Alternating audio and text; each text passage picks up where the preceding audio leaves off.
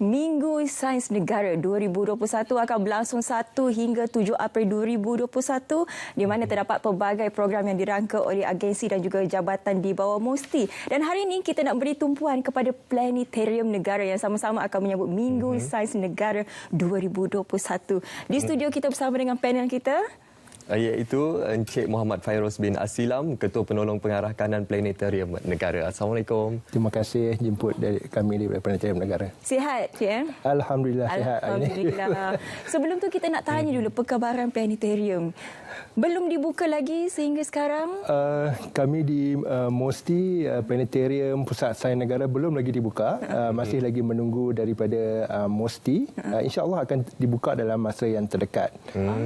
Namun di Planetarium Negara kami sentiasa serve pelanggan kami secara online. Jadi boleh datang ke Planetarium Negara melalui atas talian ataupun secara maya. Berkunjung secara alam maya lah maksudnya di sini. Tapi sudah pastinya ramai pengunjung di luar sana yang merindui untuk berkunjung ke Planetarium Negara secara fizikalnya. Tapi hari ini kita akan berbincang sedikitlah berkenaan, mungkin Tuan boleh terangkan terlebih dahulu berkenaan fungsi dan peranan Planetarium Negara khususnya dalam tempoh pandemik COVID-19 ini. Okey.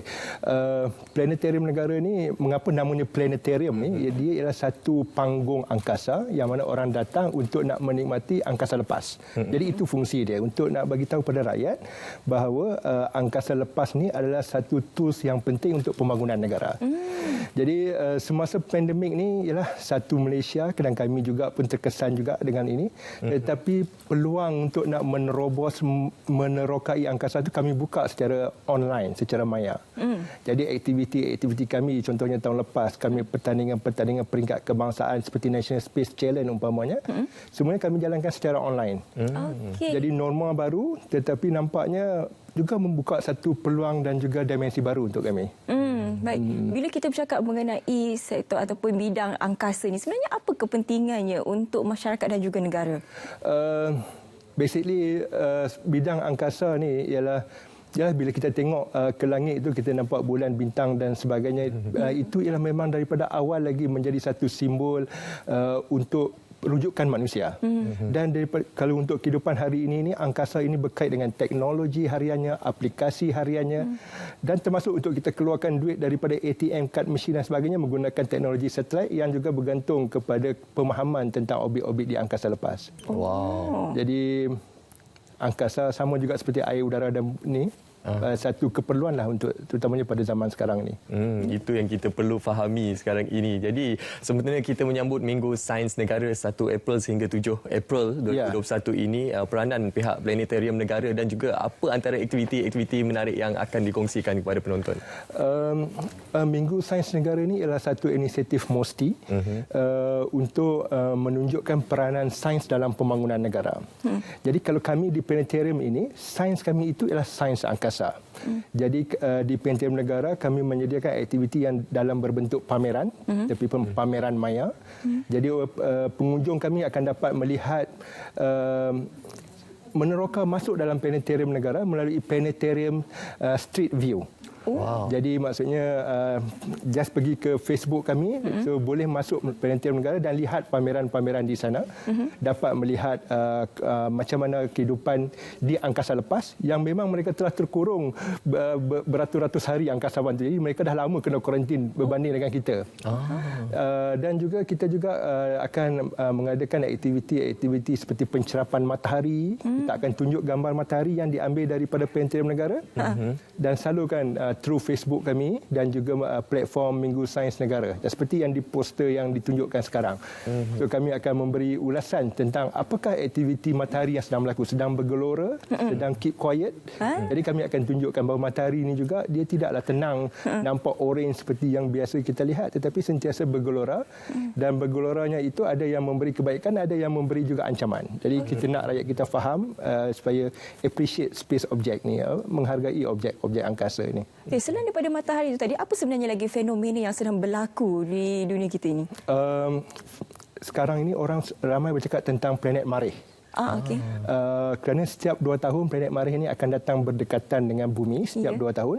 Jadi peluang ini diambil oleh negara-negara maju seperti Amerika Syarikat yang telah mendaratkan Perseverance, roversnya telah mendarat di planet Marikh, yang mana rovers itu akan mengkaji permukaan Marikh.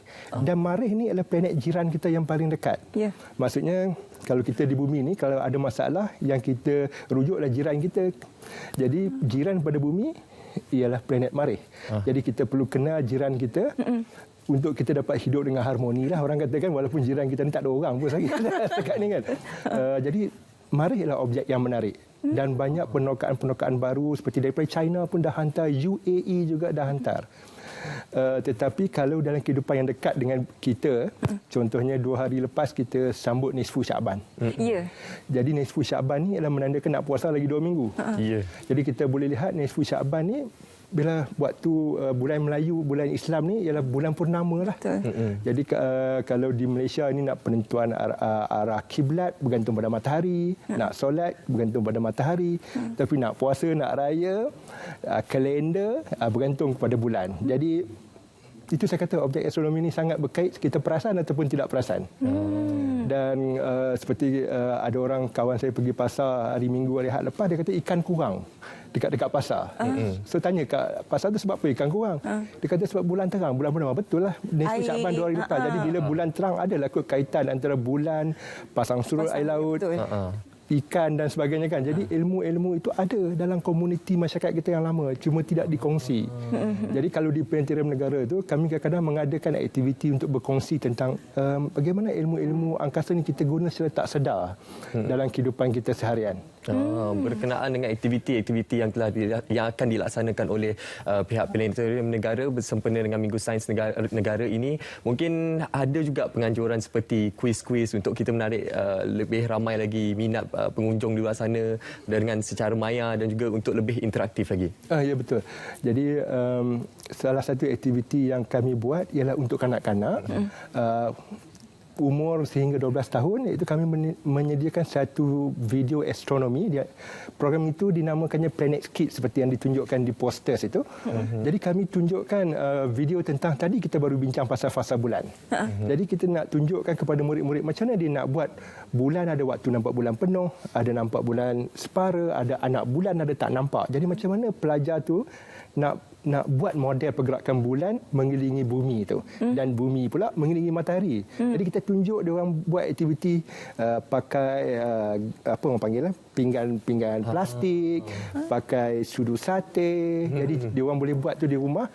Dan boleh share dengan cikgu dia orang dan sebagainya. Jadi itu aktiviti-aktiviti sebab dia orang pun mungkin macam sekolah menengah belum boleh pergi sekolah lagi, dia orang boleh buat benda tu dan boleh share dekat Facebook Planetarium Negara. Dan untuk nak jawab tentang kuis ni, basically kuis ni ialah kami nak bagi tahu bahawa dekat Malaysia juga ada banyak aktiviti sains angkasa. Kita ada Observatory Negara Langkawi di Pulau Langkawi, kita ada Balai Cerap di Melaka, kalau orang Sarawak ada Planetarium di Sarawak, kalau di Terengganu ada Balai Cerap di Terengganu. Jadi banyak pusat-pusat tu. Jadi kita nak bagi keseronokan dan berinteraksi secara kuis. Dia orang tahu tak bahawa ada bintang yang telah diberikan nama sempena Malaysians contribute to the names kan. Jadi kita ada bintang yang dan planet yang namanya diberi oleh orang Malaysia, Intan Baiduri. Kan? Jadi itu dah terbuka dah sikit soalan-soalan kuis. Itu semua untuk penonton Selamat Pagi Malaysia. Soalan bocor ya. Soalan bocor lah tu kan. Jadi jemputlah join Facebook kami. Kami basically di Facebook. Jadi ada banyak aktiviti yang kami update di situ. Okey, selain daripada Minggu Sains Negara ini, itu merupakan konsep ataupun program yang dirangka. Sebab kita tahu planetarium belum lagi dibuka seperti mana Encik katakan tadi. Jadi apa sebenarnya program-program yang dirangka oleh planetarium untuk memastikan planetarium ini tidak dilupakan sama sekali? Yalah. Jadi kalau tanpa COVID, pandemik COVID ataupun dengan ada pandemik COVID, tahun ini kami memang akan menyambut Minggu Angkasa Antarabangsa pada 4 hingga 10 Oktober. Jadi temanya kali ini ialah perempuan di angkasa, woman in space. Dia sama juga kalau dalam bidang sains ni woman in science, tapi kami woman in space.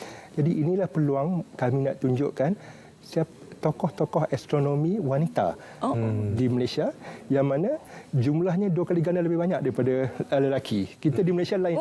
Kalau di peringkat antarabangsa tu memang kalau kerja sebagai ahli astronomi ni lelaki lah yang dominannya ramai. Tetapi di Malaysia hebatnya wanita Malaysia ni. Ibu saya bangga.